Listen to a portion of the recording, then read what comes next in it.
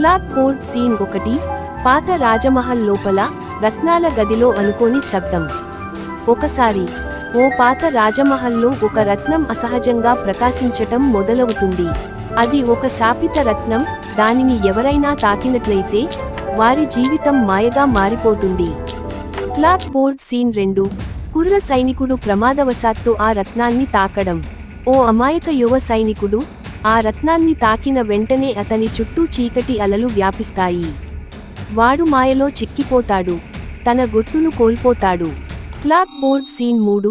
రత్న శాపాన్ని తొలగించగల దేవత అవతారం. ఆ సమయంలో ఆవిర్భవిస్తుంది రత్నేశ్వరి దేవత. ఆమె శక్తి శాపాలను తొలగించే శక్తిమంతమైన దివ్యకాంతి.